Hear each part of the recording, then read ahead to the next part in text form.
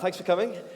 So security and privacy is one of the hot topics at the moment. In fact, could almost say it's one of the defining questions of our time. And one of the people who is very much at the coalface of this is Mike of Silent Circle. So why don't you start by outlining very quickly what Silent Circle is and what it is that you offer? Sure. Silent Circle was founded by myself, Phil Zimmerman, the creator of PGP, and John Callis, the creator of Apple's whole disk encryption. We saw a problem that wasn't being solved, which was secure communication in a secure device. But we never expected this to take front and center. And this was late 2011. We didn't launch till the beginning of 13, well before Snowden.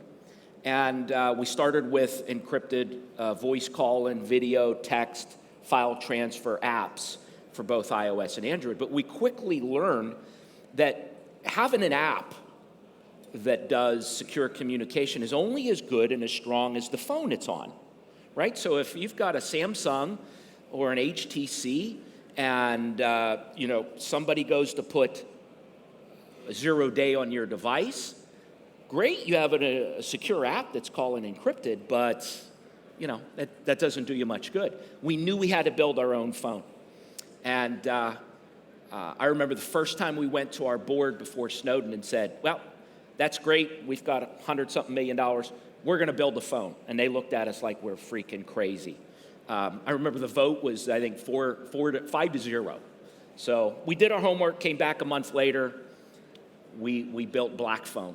Yep. Became Phone of the Year, and we just launched Black Phone 2. And we're in 42 of the Fortune 50 right now. So about 85% of our customers are enterprise and governments. I think we're in 41 governments around the world. And about 15% of volume is consumers. Excellent. So, do you want to tell us a bit about what makes the Black Phone different? Like, for example, you mentioned earlier when you're traveling, there's some things that you can do to protect yourself. Sure. We at the end of 14, we bought Geeks Phone, who was our partner, Spanish phone maker, very innovative. And we began to evolve. But I think the true innovation was you don't need to be a security wonk to operate a Black Phone. Previous, our first phone, you did. You had to have some sort of acumen. But we looked at things in a very different light. It looks, acts, smells, and tastes just like the regular Android you're used to. In fact, my 14-year-old daughter doesn't know the difference. It just works under the hood. But we looked at the threat matrix. We have something called silent spaces, where down encrypted onto the special Qualcomm chip we have, the ability to have multiple phones within the phone. So if I'm going to cross a border, go into China or Russia or somewhere in the Middle East, I can open up another segment that nobody else would know and have a phone so that if the security people came and they put something on my device, it would be segregated to that, and they wouldn't see the rest of my phone.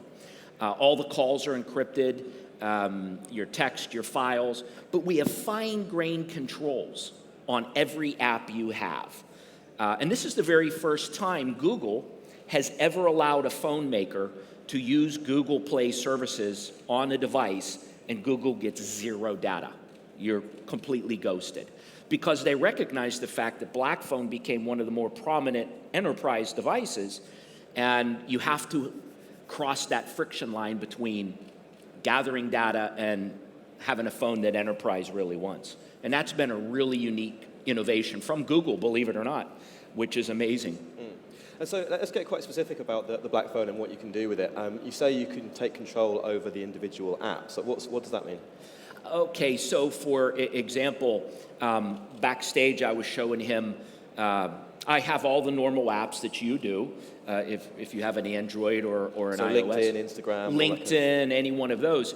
If you look on a Black Phone, since we build our own OS and our own hardware, you'll see that the apps you use normally every day take a lot more data than you thought. I won't single out a certain app, but the one we were talking about, most of you already have it, turns on your microphone, takes your call log, can change your call log, can take a snapshot of everything you typed every hour. You wouldn't even know that. The world doesn't even know that exists. On a black phone, you deny all of that, but the app still works. So for instance, And you have the option to do it. you have the individually, option. yeah. Yep. You have the option. It's always off by standard. But if for some reason you want, let's say, Uber to be able to turn on your microphone, you can go in and say, okay, go ahead, Uber, you can listen to my secret naughty conversations, right? Yeah.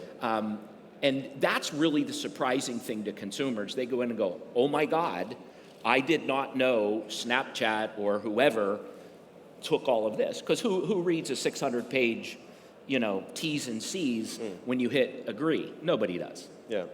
So who's actually using it then? Right now, we have 42 of the Fortune 50, I believe, somewhere in 400 of the Fortune 500. 41 governments. We have the Dalai Lama, who I told you knighted my co-founder at the Oslo Foundation. Didn't even know he did that. I didn't know Apparently he did does, either. yeah. A lot of prime ministers and governments have them, U.S., so forth. Well, we're a Swiss firm headquartered in Geneva, and that's very important to us. We're not a North American company. We're not an EU company. Yeah. I'm going to get him yet. You watch. He keeps getting close. So I think that's quite an interesting dichotomy then. So governments are buying these things at the same time, and intelligence agencies are buying the phones because they want to be secure at the same time as they're trying to get into our phones. So that's kind of an interesting contrast. Yeah, it's definitely something to keep an eye on. Obviously in some less free countries around the world, the governments buy black phone for themselves, but they prohibit citizens from having it. And I don't know what countries those, I won't name those countries. Most of you probably already know it. To me, this friction line, you see that a little bit today with the UK, going to pass its own data retention law. You saw Australia do that, where the telcos retain 2 years of all your data and so forth. The beauty with black phone, it's just encrypted gobbledygook. So whether you have Orange, AT&T, or Swisscom, they don't have anything to retain. I think as long as governments allow private citizens at any time to buy and possess that type of phone, I'm okay with that. Okay. And are you concerned that they might be used by lawbreakers, criminals, terrorists, that kind of thing? Yes, and we know they do. Right. 1% of the world's population, no matter if you're in, Buffalo, New York, or London, or wherever, uses everyday things for bad, right? We know that bad people use this to hide. But it's much like every day here in Dublin, mothers and fathers go out and they buy a cricket bat for their son or daughter to go out and play in the backyard. But we also know, bad guys buy cricket bats to bust your kneecaps and windows and do bad things. But what we don't do is we don't legislate that, you have to show your birth certificate, wait 5 days to get one, and every cricket bat needs to be covered in foam. Why? Because you're penalizing the 99.9% because this small fraction does bad things. Where we got to be careful is governments say, oh my God, drug traffickers are using black phone, so we need to ban it for everybody. That's kind of narrow-minded. Right. Not that they won't try, but Sure. And so if someone gets a black phone, is that it? Are they off the grid? Are they disappeared? No, that's a misconception. The first thing I'll tell you is there's no such thing as an unhackable device or software. Anytime anybody tells you that, I would run the other way. Second, we don't try to stop, I'm going to get them. Nope. We don't try to stop traffic analysis or things like that. That's not what we're built for, right? We're not trying to be an anti-intelligence service device. And trust me, if you're on the top 100 terrorist watch list, they have 100 other ways to get into a device. Anytime you turn on a phone, you're pinging a cell tower, right? And most of us, we don't just have a black phone. We have a laptop. We have a tablet. We have cable TV. We have a car. We have a mortgage. We, have neighbors in an apartment that can be bugged and an office that can be bugged. So it's kind of humorous in some ways to hear intel agencies say we're going dark. That's not necessarily the case. Okay. So what is the main benefit of having a black phone then? Like, why would an average consumer decide that they want to have one? Well, you know, why a business and a government wants it, that's pretty obvious, right? A business is protecting its IP, its communications, so forth and so on. But for a private consumer, I would say don't focus so much on the intel agencies and the big boogeyman.